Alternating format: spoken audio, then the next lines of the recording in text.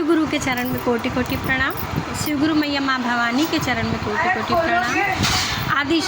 आदि शक्ति मैया माँ भवानी के चरण में कोटि कोटि प्रणाम। तीन सूत्र बताने वाले भैया हरिंदर के चरणों में कोटि कोटि प्रणाम। विपत्ति में साथ देने वाले नीलम आनंद के चरणों में हमारा प्रणाम। हमारा प्रणाम स्वीकार करें शिव गुरु, स्वीकार करें शिव गुरु। गौरा गुरु के चरण में मेरा कोटि कोटि प्रणाम। आइए आज जानते हैं, बहुत ही सुंदर जो है चर्चा करने जा रही हूँ। इस जो है चर्चा में जानेंगे कि चर्चा का फल क्या होता है, शिव चर्चा का फल क्या होता है। इसे पूरा सुनिएगा, आधा अधूरा सुनने से पूरा ज्ञान की प्राप्ति नहीं होती है और पता भी नहीं चलेगा, हमें गुरु की महिमा के बारे में पता भी नहीं चलेगा। इसलिए आप सब लोगों से मेरा प्लीज़ रिक्वेस्ट है, इस वीडियो को पूरा देखिए, तभी जो है आपको मिलेगा। और अच्छा लगे तो लाइक और सब्सक्राइब कीजिए। एक बार नारद ऋषि की जो है भ्रमण कर रहे थे। भ्रमण करते करते उनके मन में यह विचार आया कि जो है शिव चर्चा का फल क्या होता है। और सावन का महीना चल रहा था उस समय, और हर घर में जो है हर जगह चर्चा ही हो रही थी। भगवान भोलेनाथ शिव गुरु की चर्चा जो है हर जगह हो रही थी। तो उनके मन में भी आया कि चर्चा का फल क्या होता है। उनके मन में भी आया चर्चा का फल क्या होता है, हम लोग आज चलो जानते हैं। तो वहाँ पे जो है चर्चा हो रही थी, वहाँ से जो है कि बोले ए भाई मुझे बताओ ज़रा चर्चा का फल क्या होता है। वो बोला कि मुझे तो पता नहीं भैया, मैं भी आया बस ऐसे चर्चा सुनने लगा, बस सुनने में अच्छा लग रहा है इसलिए सुनने के लिए चला है। फिर नारद ऋषि बोले कि चर्चा सुनने आया, इस व्यक्ति को ये भी नहीं पता कि चर्चा होता क्या है। फिर किसी और के पास गए जो है नारद ऋषि, तो उससे पूछे भैया बताओ मुझे चर्चा का फल क्या होता है। लेकिन जो है उसको भी ये चीज़ नहीं पता था कि चर्चा का फल क्या होता है।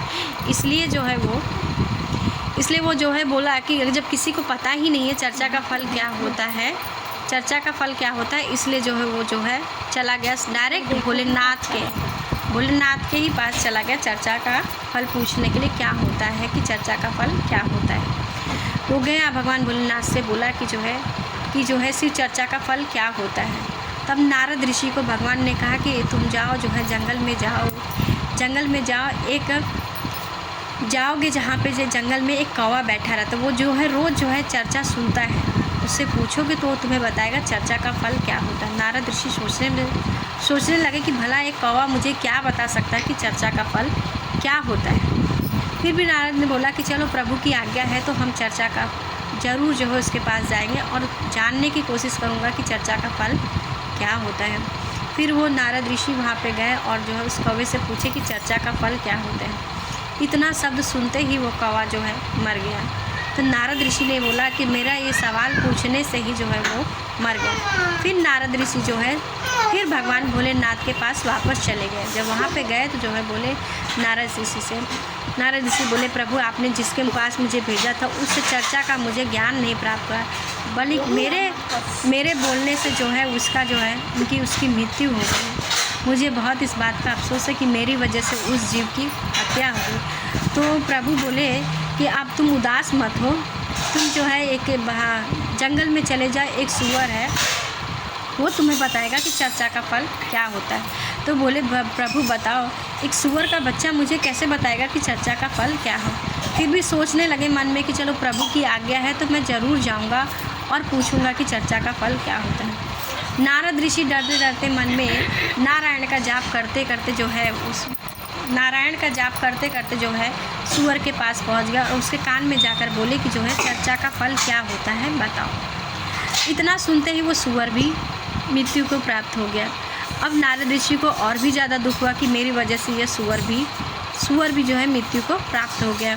फिर नारद ऋषि गए भगवान भोलेनाथ से और उनसे पूछे कि प्रभु वो भी ऐसे ही जो मैं उस सूअर से पूछा तो वो सूअर भी मृत्यु को प्राप्त हो गया और मुझे चर्चा का वो ज्ञान भी नहीं पूरा कि कैसे होता है। तो प्रभु बोले एक काम करो, तुम जो है चले जाओ, जो है एक गाय जो है बछड़ा देने वाली, उस बछड़े के कान में जो है पूछना कि चर्चा का फल क्या होता है, वो तुम्हें बताएगा। नारद ऋषि सोचने लगे कि अब तक मैं जहाँ गया जो है वहाँ तो कोई नहीं था, सुनसान था। अब यहाँ जाऊँगा गाय का बच्चा होगा और यहाँ पे सारी पब्लिक भी होगी। अगर ऐसा होने के बाद अगर वो बच्चा भी मर गया तो सब मुझे पकड़ के मारेंगे। वो डरते डरते जो है गए, बोले प्रभु की आज्ञा दिया है प्रभु ने तो उसका मुझे पालन तो करना ही पड़ेगा। नारद ऋषि गए, जब गए वो बछड़े जो है गाय ने बछड़े को जन्म दे दिया और सब अपने अपने स्थान को चले गए, सिर्फ अकेला गाय और बछड़ा रह गया। तो बछड़े से पूछे, उसके कान में बोले शिव चर्चा का फल क्या है। इतना सुनते ही वो बछड़ा भी मर गया। अब जब नारद ऋषि को और भी जो है मन में हुआ कि मेरे वजह से जो है अब तक मुझे चर्चा का ज्ञान नहीं मिला और मेरे वजह से जो है 3 जानवरों की हत्या हो गई, तीनों के तीनों मर गए। नारद ऋषि यही सब सोचते हुए भगवान भोलेनाथ के पास कैलाश पर्वत पहुँचे और उनसे वहाँ बोले कि प्रभु, मैं जहाँ जहाँ जा रहा हूँ ऐसा ही हो रहा है और मुझे चर्चा का फल प्राप्त नहीं हुआ और ना ही मुझे उसका ज्ञान मिला। तो बोले जो है भगवान भोलेनाथ कि जो एक राजा है उसके 20 साल बाद संतान हुई, तुम जाओ उस बच्चे से पूछो, वो बच्चा तुम्हें शिव चर्चा का फल बताएगा। अब नारद ऋषि सोच में डूब गए कि बताओ, अभी तक मैं जहाँ गया हूँ वहाँ कोई था नहीं, वहाँ सब जानवरों के बच्चे थे, इसलिए मुझे किसी ने कुछ नहीं कहा। लेकिन अब ये तो इंसान का बच्चा है, वो भी 20 साल बाद पैदा हुआ, अगर ऐसा हो गया तो सारी पब्लिक जो है मुझे मारेगी, राजा जो है मुझे बहुत मारेंगे और क्या क्या बोलेंगे वो पता नहीं। नारद ऋषि मुनि गए वहाँ पे डरते डरते, फिर भी बोले जो है जो सैनिक लोग थे उससे बोले कि जो है जाओ बोल दो कि एक ऋषि आए हैं तुम्हारे। जो सैनिक लोग थे आए, बोले राजा राजा एक ऋषि आया है, वो तुम्हारे बच्चे का दर्शन करना चाहता है। तो राजा ने बोला ठीक है, ले आ उनको। राजा को मन में खुशी हुई कि चलो ऋषि मेरे घर पे आया है तो इसके वजह से मेरे बेटे को जो है आशीर्वाद मिलेगा, मेरा बेटा फला फूलेगा और उसकी जो है आयु और बढ़ेगी। वो खुशी खुशी बोले कि ऋषि मुनि को ले आओ और मेरे बच्चे को आशीर्वाद दिला दो। फिर नारद ऋषि आए, फिर राजा को बोले मुझे आपसे एक बात करनी है, मुझे आपके बेटे से कुछ पूछना है और इसके लिए मुझे आपका बच्चा जो है गोदी में चाहिए। तो बोले ठीक है, जो है बच्चा ले लो आप गोदी में। जब बच्चा गोदी में लिए नारद ऋषि तो पूछे, बोले शिव चर्चा का फल, बोले शिव चर्चा का फल क्या है। तो वो बच्चा बोला, हंस कर बोला जो है वो जो है जो जिस कौवे के पास गए थे वो मैं ही था, और जिस सुअर के पास भी गए वो भी मैं था, और जिस गाय के बछड़े के पास गए वो भी मैं था। आज 20 साल बाद जो राजा की संतान हूँ मैं वही हूँ।